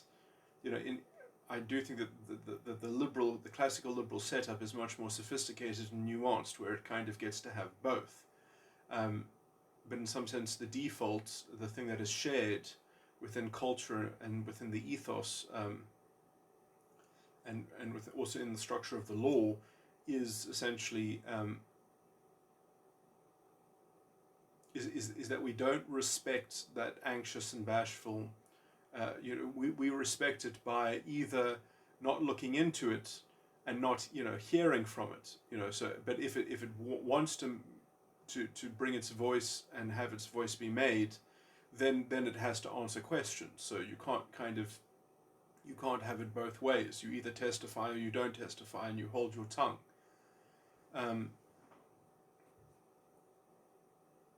That you don't have this kind of one-way sort of power grab of this unquestioning, unaccountable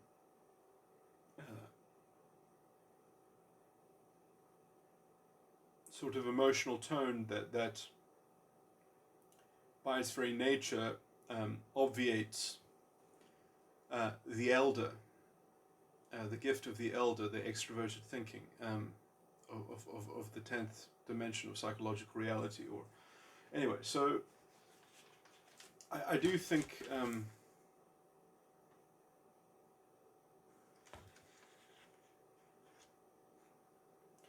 so I realize how this might be somewhat hard to follow, these claims that I'm making about, I'm linking these emotional tones to these arguments that I've made about politics for a while now, and it might just seem like I'm just sort of conflating all of this together, and perhaps I am, but I do hold the view that all elements of political ideology and all things of that manner are all derived at their core from psychological structures and components of psychological schemas. That it first existed within a style of personality, and then it was elaborated into a worldview and ideology and such, or social constructs, and therefore dynamics that have cropped up, within systems and things. But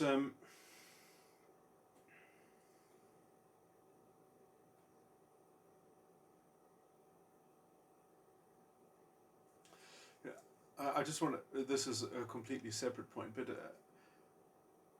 I was recently thinking about trying to craft myself a better explanation of what I consider my views to be within some of the buzzwords that get sort of thrown around, modernity and post-modernity and all those sorts of things. And I mean, I guess I still see myself as a Western romantic in terms of romance philosophy. Um, and I do think that essentially modernity only emerged because of the Russian Revolution. I mean, I don't know I'm not that well historically read, but I would say that I mean, perhaps I'm talking about other themes that I don't track that well, but I would say that to me makes the most sense. That uh, the Romance philosophy and Western civilization was never established in the West. It always came from Moscow, from Russia, and after the Russian Revolution, the engine of that philosophy essentially was over, um, and the West was never able to sustain. Western Europe was never able to sustain it by themselves. They didn't have enough aristocracy essentially that could actually have real ethics and morality in some sense, because they just always had to marry for politics, for power. Um,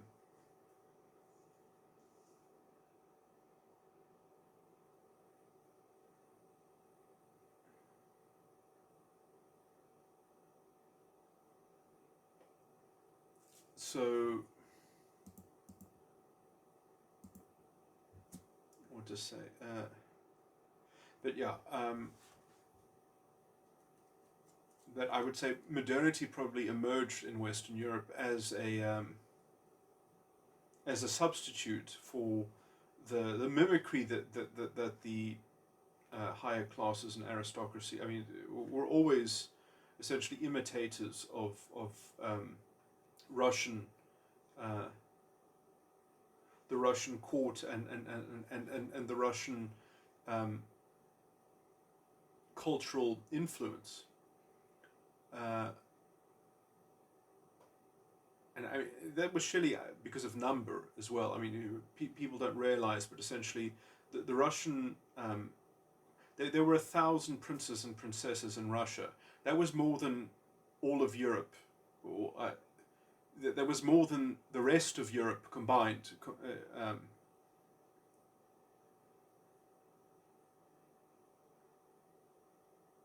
And obviously, because they existed within an empire, within the Russian Empire, uh, the Russian Tsar, uh, you know, providing a stable political edifice.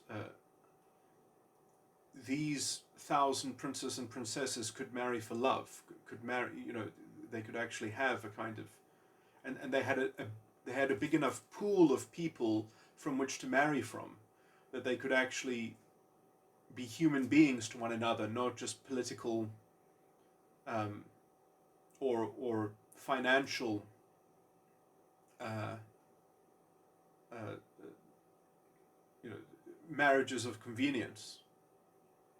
Um, and they established quite early on essentially prohibitions over even having a marriage that could appear to be a marriage of convenience, um, and therefore, their lives were really about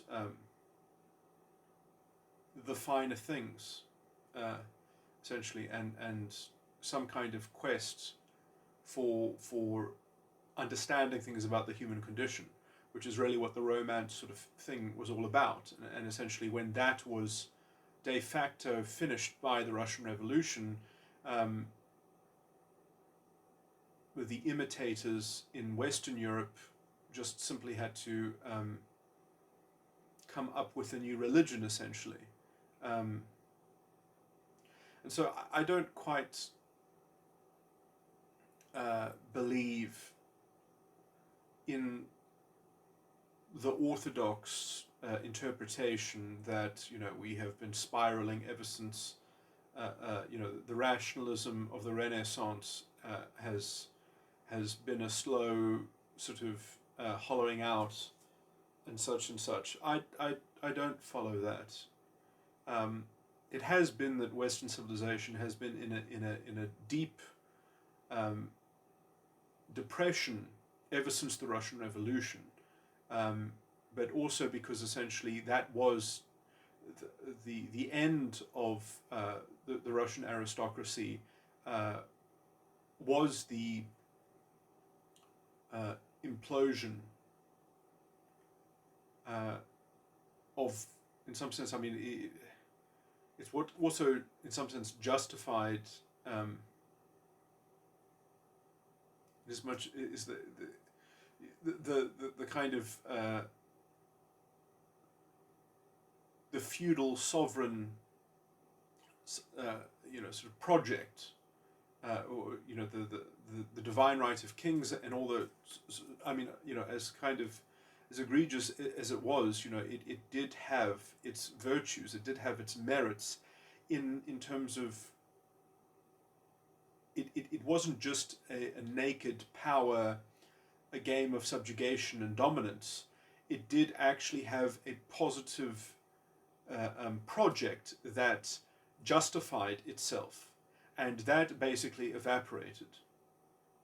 I mean, obviously, it didn't have robustly enough values, uh, but you might also argue that it was at least indirectly a product of Romance philosophy, which led to perhaps the premature, I don't know how to describe it, but revolutionary verve that sadly manifested in what I can only describe as a kind of as a horrible half-baked, sort of morally and culturally corrupt rubric, which has been a blight, um, which I painstakingly try to trace its mark on our culture even today, but which I call the Napoleonic corruption. Um,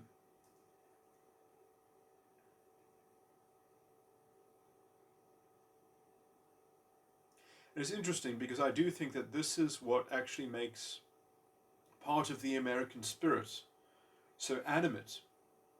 Is essentially this idea that you can have a kind of political mascot, an effigy of bashful and anxious sort of idolatry within the public sphere. That it's up in the air. It's almost as if politics is a kind of lawyering in politics is a kind of pseudo-religious dabbling, in some sense. That within the structure you're allowed to play this game of cards and play for keeps and essentially create this kind of moral fiefdom because it's all open in the within the structure that the legislative houses concoct, give you the due process within which that you can engage in your own sort of private totemic. In some sense, it's a more dynamic form of uh, I mean, I would still argue that it is slightly better than the French kind of consensus. I mean, obviously, the French also quite much enjoy their intellectual sophistication and diversity within the common identity. I mean, in some sense, the French and the Americans, they thematically share a lot of their. It manifests quite differently, but they are, in some way, a kind of twin civilization and society, both of which have a tremendous slew of corruption because of that structure. And they both seem quite content with it. It might be added as well, because essentially I think that they have burnt out the torch of normative ethics. They have sacrificed normative values and ethics on the altar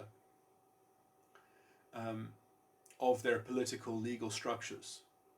uh, that, I mean, in some sense, you can't generalize.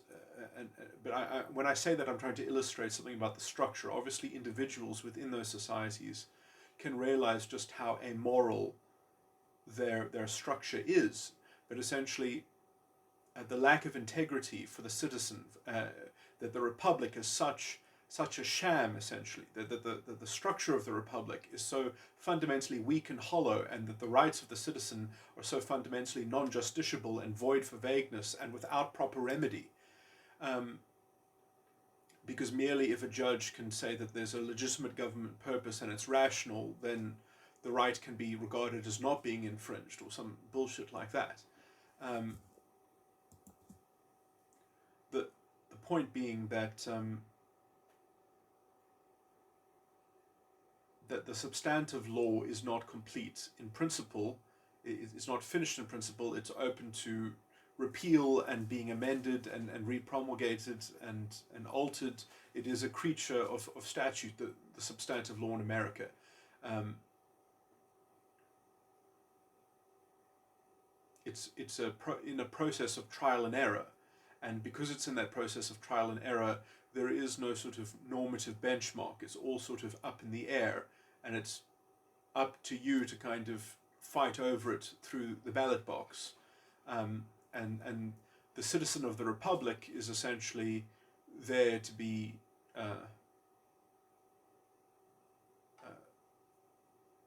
is can hold something like a normative value system, but it is utterly meaningless in the face of this leviathan, of this democratic process, um, which is given far too much oversight and overreach over the citizen of the republic, uh, who is also has almost no guarantee of finding any justice in any court, because the law is made by the legislative houses. So it's kind of like morality by plebiscite. Um, but the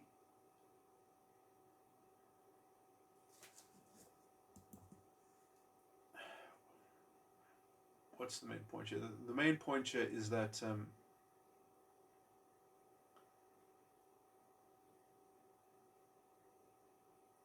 when does it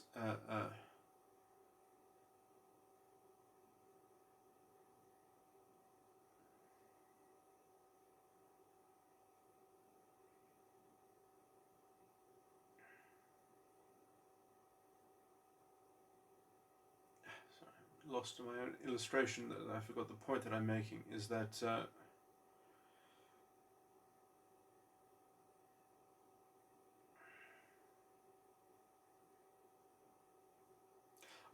is basically that normative values therefore become encapsulated in some sense as only become that personal private. It's weird that essentially everyone can be their own elder in their own private personal sphere, and you can't bring that out to bear in a court of law. I mean, you can I mean, in some sense it might save you. It might save you, if you're in a jury trial and you can sort of appeal to your fellow citizen. I mean, that's sort of the only avenue that it can save you. It's not going to help you if you're trying to sue someone, because so if you're trying to go after someone, that's not going to help you, because they can just appeal, and then you're not going to have the same jury, or you're going to appeal enough that there won't be juries there. And if you try to have any kind of final say, then you'll have a full bench, and then you'll have to deal with the actual letter of the law itself, which is constructed by legislative houses. So and the actual form of the law itself is not substantively complete in principle. It's just it's a working thesis, and it's trial and error, and it's being repromulgated all the time and being generated. It's impermanent, and I would argue that kind of impermanence means that you don't have the rule of law. You might have some kind of due process, but you don't have the rule of law.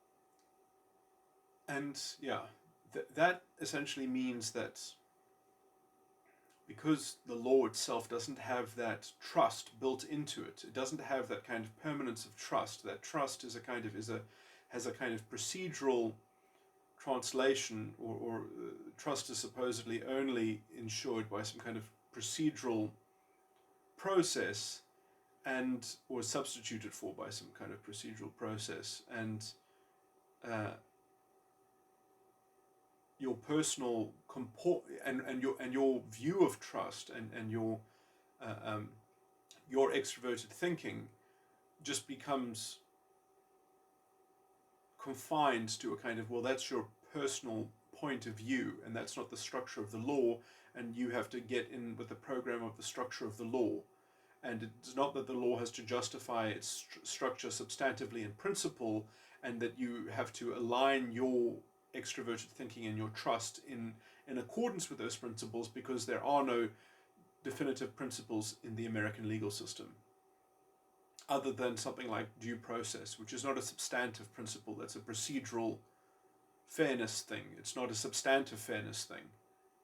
So, you know, that's the this is a very hard way of describing that amoralism, how it is fundamentally an amoral system. And if you try to have a legal structure that makes morality into politics and extracts it from the law, in some sense, you have got a fundamental conundrum there, a fundamentally poisonous and vacuous system, uh, which has now been baked into the culture. It's been baked into the individual Americans themselves, and you know, you can see that this is how they relate to the legal system themselves, but also how that's what justice means to an American. I'm generalizing, but that is essentially what it means, and I would even argue that the identity politics, social justice crowd, that's exactly what they have done. Is they have been imprinted on by this rubric. They understand the rules of this game. They've imprinted themselves upon it, upon those rules, and sadly, America is sadly getting what it does deserve in this way. And that's, I guess, what happens when you found a country uh, from a kind of mob justice. That I mean, I'm sorry, but I will point this out. But you know, these tax collectors that King George sent, uh, that were tarred and feathered in America. You know, I guess that's what happens when you try to birth a country out of people that still have the sentimental uh, moral compass. You know, where the lawyers of that age were fucking vending machines. They had purses tied in with their hair, and they wouldn't stand up to give the next leg of the argument until you put coins in their purses. You know, this is what happens when you have a revolution essentially fueled by vending machine lawyers, and you know, mob sentiment that anyway, I can't even imagine tar and feathering people.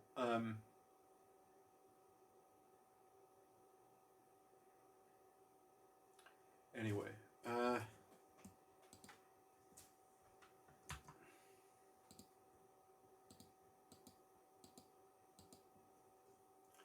the airing of that kind of public disgust, I would even argue, as a kind of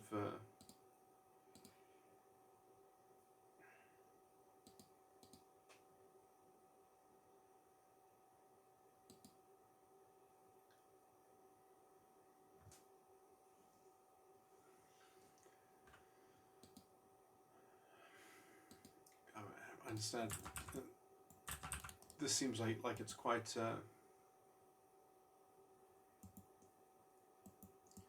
But yeah, I mean, I would say that when the anxious and bashful displace the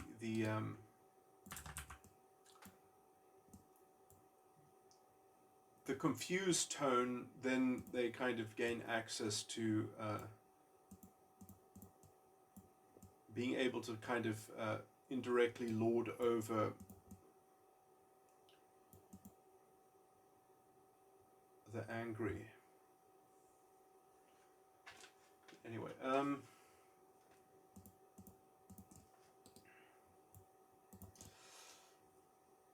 yeah, trying to break down behavior into specific emotional tones itself is probably quite tricky. Also because people don't just, it's you can't just locate activity to just one emotional tone when it's a concert of things that are chained together. It's never just one acting by itself, and in some sense, these things are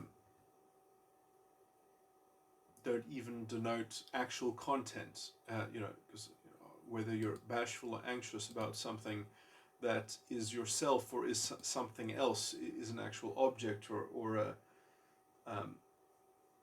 an ideological, sort of identity or something like that, will produce, very strange.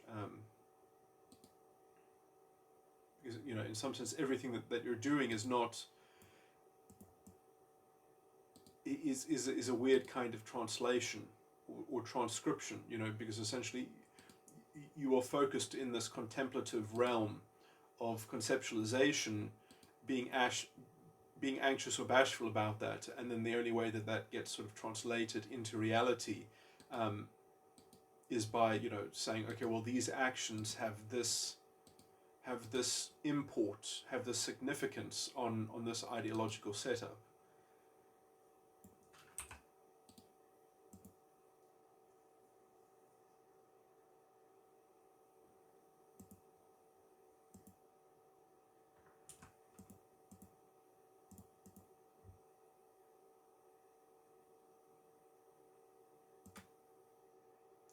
Which would probably even have to generate a whole second layer of sort of nominal equivocation, which exists somewhere in like the content of your beliefs, and I don't even know how what those things would be. I mean, that might also be correspondent with those 24 mechanisms that I came up with, which I said are basically, they're so backwards that human, that this can't be structures that people actually that are part of personalities, because they go backwards. Maybe that's actually what the meaning of those things are, and that's actually quite annoying because I didn't actually even, I threw them away at some point. But yeah, anyway, I'm actually hoping to at some point sort of reformulate Metagram from the ground up, just to sort of recover all the to see if I can find a better place of how I can stably slot it in to metatype, just to make sure that it's probably going to be necessary for me to do anyway, just to be comfortable enough that my theory holds water, or the metagram models do. I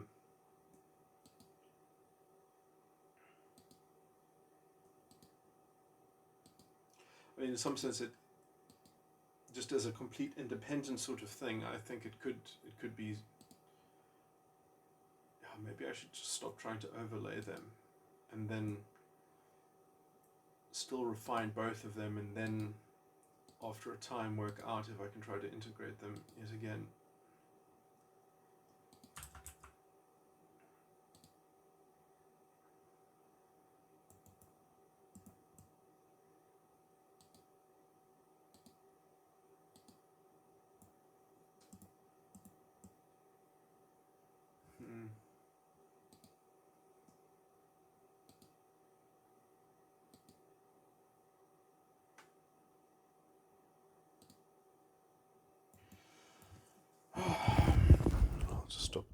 recording.